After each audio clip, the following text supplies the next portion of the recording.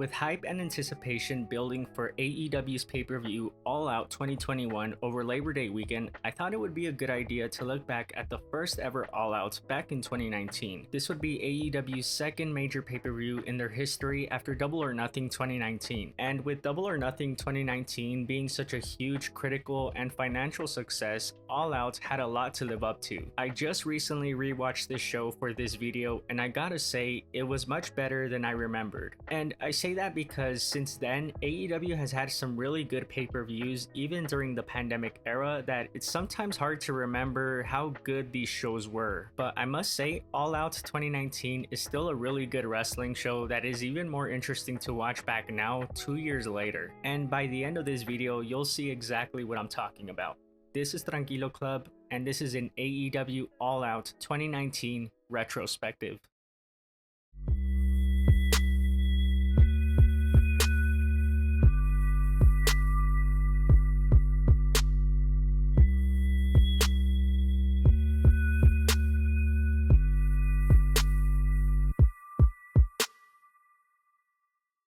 The specialty of All Out is that in essence, it's the spiritual successor to All In, the largest independent wrestling show that the Elite ran just a year prior over Labor Day weekend. Some people will still argue that Double or Nothing is the successor to All In, but it's clearly All Out. I mean, it's in the name, it's in the same building, it has the same fonts practically. Basically, AEW's pay-per-view event All Out is a way to celebrate what the Elites have accomplished while also making it their own. It's a spiritual successor. And as mentioned before, this pay-per-view was coming off the heels of Double or Nothing 2019, where Jon Moxley made his surprise debut for AEW. So the big money match set for this event would be Jon Moxley versus Kenny Omega. And that match was so hot that over 72,000 people were trying to buy tickets for this event when tickets went on sale. So yes, as you can imagine, All Out 2019 sold out in minutes, which meant that for the second year in a row, the Sears Center Arena just right outside of Chicago, Illinois would once again host wrestling to a sold-out crowd of over 10,000 spectators. Yet again, AEW selling over 10,000 tickets and making it look easy for a number 2 promotion in America. So as I said when the video started, I rewatched the show, and let me start off by saying this. It's fascinating to see AEW in year 1 and compare it to where they are now and see how much they've grown as a company in only 2.5 years. But don't get me wrong, AEW was huge since day 1, but when I was rewatching this show, it felt like I was watching a promotion with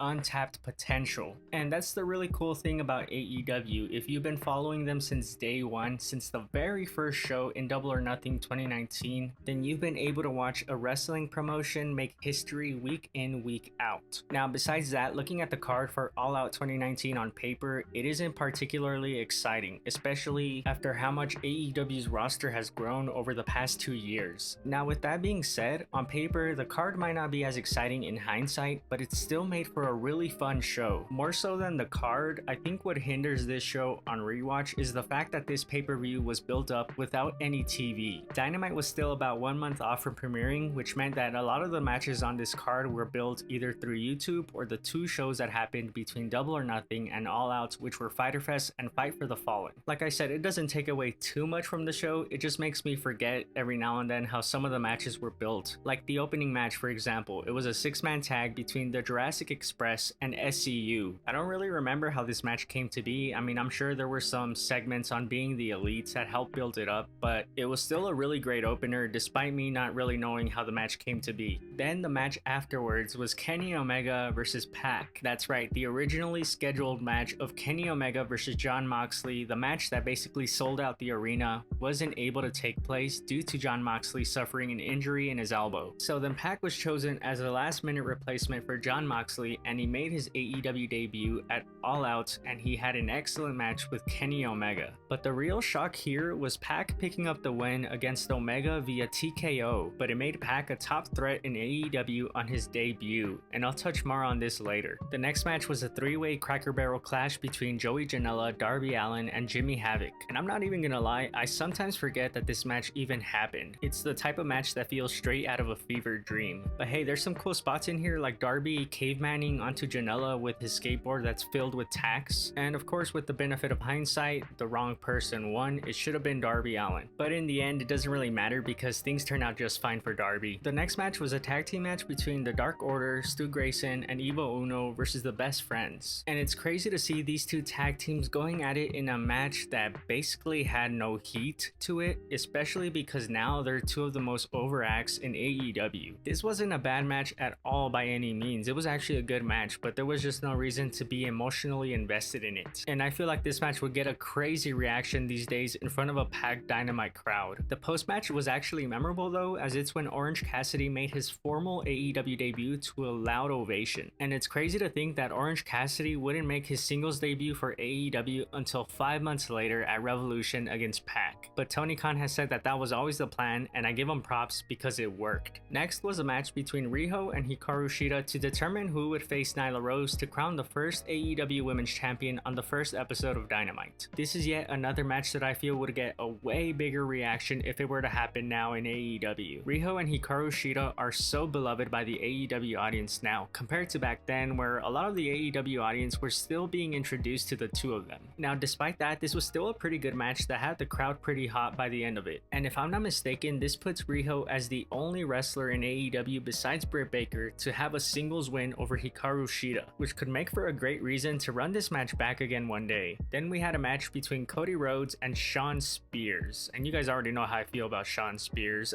This match was nothing special in particular, but this was when the crowd was white hot for Cody Rhodes. The fact that the crowd was so into it adds some rewatchability to this match. And I'm not even gonna lie, I remember enjoying the build up to this match on the Road to videos that AEW does, the promos, and of course the chair shot that started it all. This match was actually built up really well, so I'll always commend it for that. Plus, this match also had the surprise AEW debut of Arn Anderson when he came out to give Shawn Spears the spine buster. And it was a cool moment, and of course Cody gets the win in the end, and it's just weird to look back on this match now because this is when Cody had MJF in his corner, and I think everyone knew that MJF turning on Cody was inevitable, and of course it would happen at the next pay-per-view, Full Gear. The next match, which was the penultimate match, was the Escalera de la Muerte between the Young Bucks and the Lucha Bros. And this was easily the best match of the night, and on rewatch, I'm still in awe of what these four men pulled off. I mean, what can be said about this match that hasn't already been said? It's one of the best ladder matches I've ever seen. This was a good old-fashioned spot fest of the highest caliber, and the Lucha Bros got their win back over the Young Bucks after losing to them a few months earlier at Double or Nothing. And as if the match itself wasn't already good enough, we saw Santana and Ortiz making their AEW debuts afterwards, where they attacked both the Lucha Bros and the Young Bucks to a loud pop. And once again, more on that later. Then came the main event, Chris Jericho versus Hangman Adam Page to crown the first ever AEW World Champion. And this is the event where Hangman made his entrance on a horse. And no, this isn't the Hangman that we know today. Hangman was very much still over, but he was nowhere near as over as he is now. He's not the megastar in the making that he is today. Now, I'm not gonna lie, I'm not a huge fan of this match. It wasn't bad or anything, it was just not my style, I guess. For a match that was about to crown the first AEW World Champion, the match didn't have as much heat as it could have, and the fact that the crowd might have been burnt out by the ladder match that came before it didn't help. It was a slower paced match, but in the end, Chris Jericho won, and it was absolutely the right decision. Chris Jericho becomes the first ever AEW World Champion, and the show goes off the air as he has tears in his eyes as he holds up the title. So what are my thoughts on this show? Well, it's a fun show, I'll start off by saying that. There's a lot of variety on this card, and that's pretty much what we've come to expect from AEW pay-per-views to this day. But I think the importance of All Out 2019 lies in what it's set up for the future. Almost every wrestler on this show has had immense character development 2 years later. The downfall of Kenny Omega continues on this show, for example. Pac became a made man at the expense of Kenny Omega, who was supposed to be the main man for AEW right out of New Japan. It was all part of Kenny Omega's calculated arc that AEW had planned for him. Then on this show, you also had the birth of the anxious millennial cowboy. Hangman Adam Page went into his title match against Chris Jericho confident that he'd be able to beat him. So when he didn't get the job done, his world completely fell apart. And it's here where Hangman and Omega forever became intertwined in their stories in AEW. And how poetic is it that 2 years later, they're on course to face off for the AEW World title at All Out. I think All Out 2019 had the unfortunate luck of having to build towards the bigger show in the AEW Dynamite premiere, because AEW clearly held off a lot for the Dynamite Dynamite premiere on TNT that was only a month after this show. And if you ask me which one's more memorable, I'm gonna tell you that the Dynamite premiere is much more memorable than All Out 2019. I mean, the Dynamite premiere saw the return of Jon Moxley, the first ever AEW Women's World Champion being crowned, and the formation of the Inner Circle, which would prove crucial for AEW storytelling over the next year. But what All Out 2019 did perfectly is set up the arc for the two top guys in AEW right now in Kenny Omega and Hangman Adam Page. The best way I can describe All Out 2019 is the calm before the storm, because after this show, AEW did not hold back at all. This show was the prelude for something much bigger that was about to happen. And it's interesting to compare it to All Out 2021, which looks like it's about to be the biggest show AEW has done so far. All Out 2019 and All Out 2020 are maybe in the bottom half of my AEW pay-per-view tier list, but that's only because AEW has put on some excellent pay-per-views since then. But the All Out name might finally get an all-timer AEW pay-per-view with this year's iteration, because if rumors are to be believed, Chicago is in store for a major show this year.